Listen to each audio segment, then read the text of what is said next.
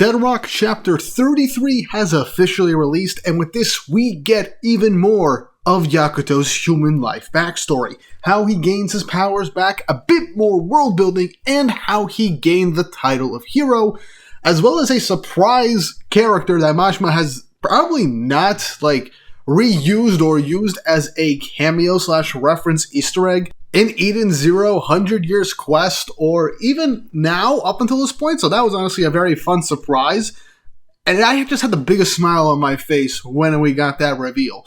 But that's enough setup to hype you guys up for the chapter. Before we jump into things, don't forget to like, subscribe, and hit the notification bell for updates on future videos. Really helps and it shows you guys enjoy the content I make here on the channel and shows you want to see more.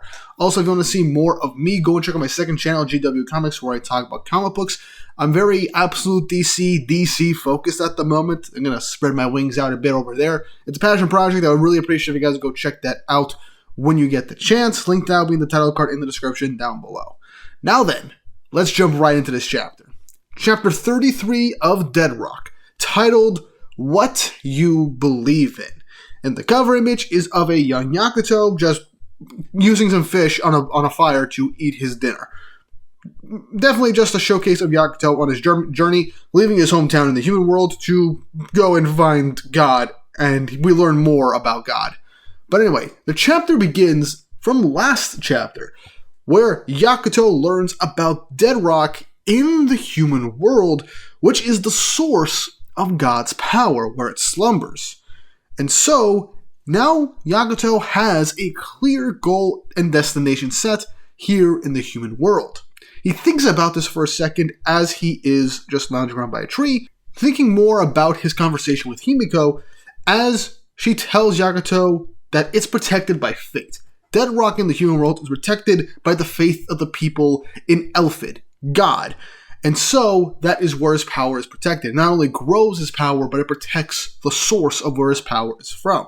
Which gives Yakuto the goal of needing to weaken the faith within Elfid so that Deadrock can become vulnerable and a place for him to actually go to actually truly weaken and take away the power of Elfid.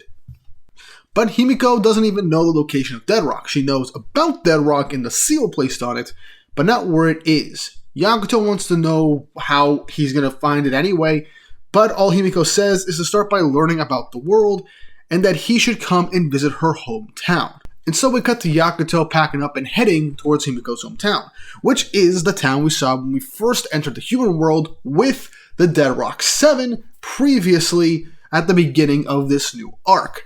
As now we actually see it for how it was a couple of years back, run down in the slums, so much poverty and deaths for so many civilians, as Yakuto doesn't know what's going on. He looks over towards one guy in a hood, but it freaks him out and he runs away.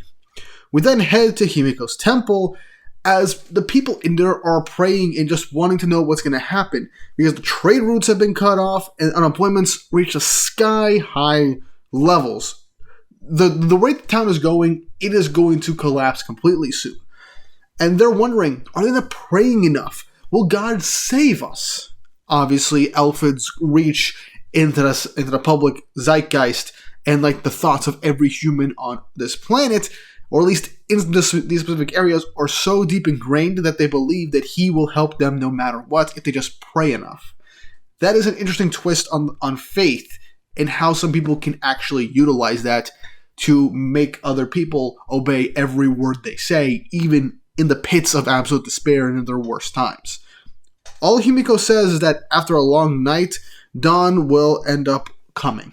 As Yakuto walks towards the entrance of the temple, we hear Himiko say to let us live in a pure, proper manner until the time of the dawn comes, for the sake of the light that will come after this hardship. But obviously everyone's just out of it and very troubled, understandably mind you, because they're running out of food and there's not much else for them to eat. And so Himiko's kind of stunned. She has no idea what to do, but someone from behind the curtain ends up saying, that's because you people aren't praying enough or offering enough cash. You're gonna make God mad. As Himiko and Yakuto are just listening to this guy come out from behind, as apparently the townspeople are excited to see this guy, and his name is Erigor, as we get a full page revealing him as the man in charge of this town is Erigor. It's same name and design as the first villain in Fairy Tail, the first actual villain in Dark Guild antagonist that introduced the concept of Dark Guilds in Fairy Tail. This is, I think, the first time Mashima has used this design outside of Fairy Tail. Like, we've seen different designs as cameos and Easter eggs or reused for different characters in Eden Zero, but here in Dead Rock, I did not expect Erigor here. We have not seen him.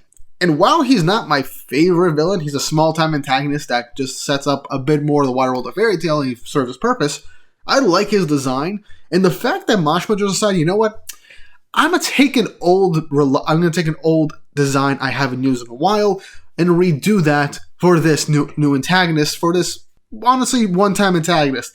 This will make long-term fans hey, understand the reference. And you know what? I'm completely fine with it. When Mashima does stuff like this, it's always just fun at this point. People know he likes to reutilize designs for characters for his stories a lot of the times, and fans honestly understand it. When he brings a brand new design, we love it even more. But when he takes a different design and reuses it for the purpose of the next story that he makes, it's always a lot of fun, and it just makes you happy that you read his previous works. A lot of artists do stuff like this, but I feel like with Mashima and Mashima fans, we do kind of appreciate it a bit more because we just like how he draws these characters, and he tends to always find a way to bring in characters that he knows people will end up just enjoying for the short term or the long term in specific instances. But yeah, Erigor is the leader of this town, the mayor, and he is just running people dry from their money, running the town to the ground, taking all the food they can eat and just saying, hey, if you want things to go well, you better pray. As he eats some meat in front of the townsfolk as they are starving, to Yakuto's shock. But Himiko just tells the mayor, Erigor, can you please do something to help the town? But Erigor, after spitting out a bit of his food, says, I'm no mayor. This country is mine. I'm the king of God's country. Alluding to the fact that he seemingly has been placed in charge of this part of the world by Elfid. But Himiko says that if he's the king, then he should probably act like one and protect his people. But the townspeople are so in his palm that they are aghast at Himiko questioning and disrespecting their ruler, saying that it's all because that they don't have enough faith, and Erigor is a messenger of God. Again, showcasing how people in these types of positions will just fully abuse their power and just just give a mass delusion to the people underneath them that they will help them, even in the worst circumstances, even when they are the ones that are actually causing their suffering and misfortune. That is an interesting way they go about things. But Erigor just slaps Himiko onto the ground, removing her mask to the shock of everybody. And so, he says, so you're going against me. I bet none of you know that I'm here because God approved me. I made it through those hellish days, and he gave me the human world. And this is where Yakuto puts it together, that Erigor is a former graduate of Dead Rock. He is a demon king that graduated from his school. He's an alum. And so, now Yakuto is seeing firsthand how those that graduate Dead Rock are operating in the human world, and what kind of people they might actually be. Because this kind of shows that if you're going to be a demon king, you have to you're basically like God's messenger, Elfid's messenger, general, etc. in specific parts of the human world, and just kind of making people's lives awful, while also trying to strengthen their faith as much as possible. Though I do think Erigor is just the worst example of it, showcasing just how far his power has gone to his head, to the point of just not caring about anybody else. Either way, it is a nice lore drop to actually see an actual graduate of Dead Rock, and this being Yakuto's first challenge and hurdle in the human world after his reincarnation. So I like that. And now Erigor is getting ready to strike down Himiko and kill her, saying now you gotta pay twice as much in offerings now since you've disrespected me. But before he can land the blow and kill her, Yakuto stops his fist with his bare hands. But despite doing that, Erigor is obviously so much stronger than the 10-year-old Yakuto, and his hand is pushed back by the sheer force, and he is just in a lot of pain. And Erigor is wondering who this kid is. Now, there's a nice way to show that even though Yakuto regained his memories at this point, he still hasn't recovered his abilities and powers yet, which we'll get into later and how that happens. But Himiko sees that Yakuto came, with Yakuto saying that, right, I lost the power of my root. Obviously, old habits die hard in trying to fight people, but Yakuto has no access to his powers. But Himiko tells Yakuto that this is the world that we're in. There are many people like Erigor in every single town. Messengers of God who commit the utmost tyranny in his name. Now, obviously, I feel like every other Dead Rock alum Demon King will run things differently in their own different sense of cruelty. But Erigor is probably just the most direct in terms of just like making people suffer so they can turn to faith to try and make their lives better, even though it's not. Nice pyramid Ponzi scheme type deal. So, it's working for Erigor at this time, but like, he's gonna run into issues at some point. But anyway, Yakuto gets up saying he's a graduate of Dead Rock, and I don't have any power right now, but I just can't sit back and watch, as he gets ready to face off against Erigor, a demon from Dead Rock. And so Erigor just tells him that this is blasphemy to make a racket in his church, saying that Yakuto has to die. He grabs a pillar with his hand and swings it at Yakuto as the townspeople begin to run and evacuate the church out of their lives. As Himiko sees Yakuto fighting, and Yakuto just says again, if only I had the power of my root, I'd be able to fight. But Himiko hears something interesting saying, the power of your root?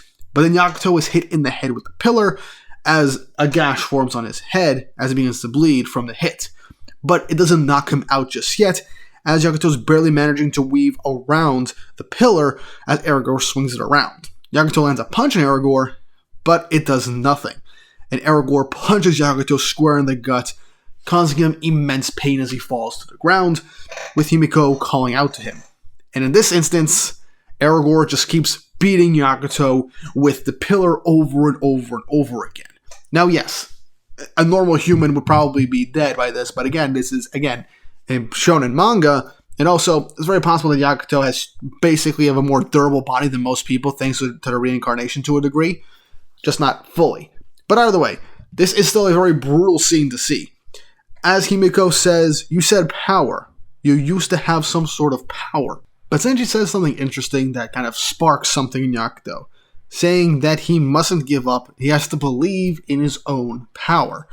And so we get an image of just a spark in Yakuto's chest spreading throughout his body through the silhouette, saying, have faith in your power. And as we get this page, we get a transitionary panels from Yakuto as he goes from these seemingly unconscious eyes, regaining that spark, and in a double page spread, he reawakens to his black dragon arm. As Himiko sees this, and a mysterious hooded figure from earlier in the chapter also sees this. As Erigor ends up realizing, wait, you're from the demon world too? And Yakuto goes for a punch when Erigor unleashes his full demon mode, saying, okay, I getcha, but I'm a graduate, as he stops Yakuto's fist, saying, in that hellhole teeming with death, I made it out.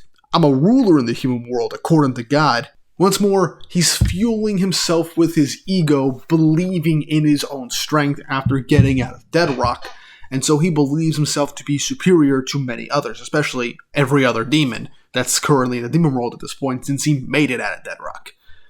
Now, I want to take a break really quick and talk about Yakuto just awakening to his powers again, because I think we all kind of expected that to be the case, but the process of which we weren't entirely sure.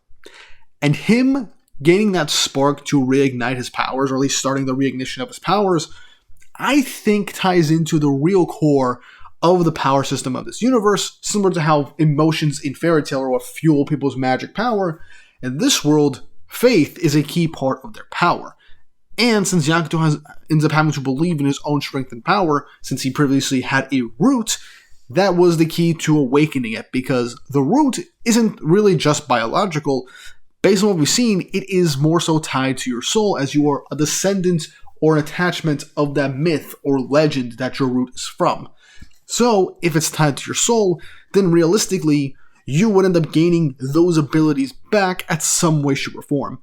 And since it seems that faith might have something to do with it, or at least faith in yourself, It also shows how people can get stronger in the fights, and could also help explain how Frey awakened to her origin root in her fight to her full capabilities. She believed in herself even at the end, and so she awakened to her true powers and potential, and that's why she awakened. And this is also now why Yakuto, reborn as a human, regains access to his powers. He believed in his own abilities, and since his powers are rooted in his soul, that's how these powers tend to work to a substantial degree, at least as far as I understand it, and that's why he gained his powers back. And also, why perhaps Erigor seems to be so overflowing with power and self-confidence. Faith in yourself could also mean a boost in your strength. And since Elphid's power is derived from the faith of humans and even demons, it makes sense. It would also make sense if this ties into everybody else, but only Elphid, since he is the quote-unquote god of this universe, has other people believing in him to such degrees.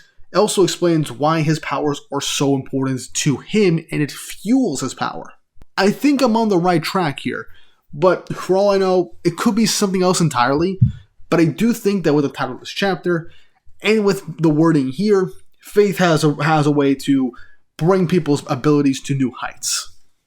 And if that's the case, Yakuto could also awaken to an origin root as well.